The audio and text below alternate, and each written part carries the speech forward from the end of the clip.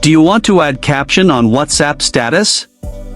You can put a caption in WhatsApp status with just a few simple steps. Before we begin, please like this video and subscribe to our channel for more tutorials and tips. I've also included some helpful tools and apps in the description, so be sure to check them out.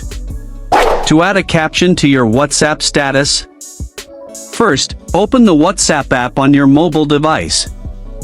Once you're in WhatsApp, tap the Update tab from the bottom menu. A new screen appears where you can see your friends' statuses and channels that you follow. Now, tap the camera icon at the bottom right of the screen to add a new status. Select the photo or video you want to share from your gallery, or take a new one using the camera. At the bottom of the screen, tap the Add a Caption field.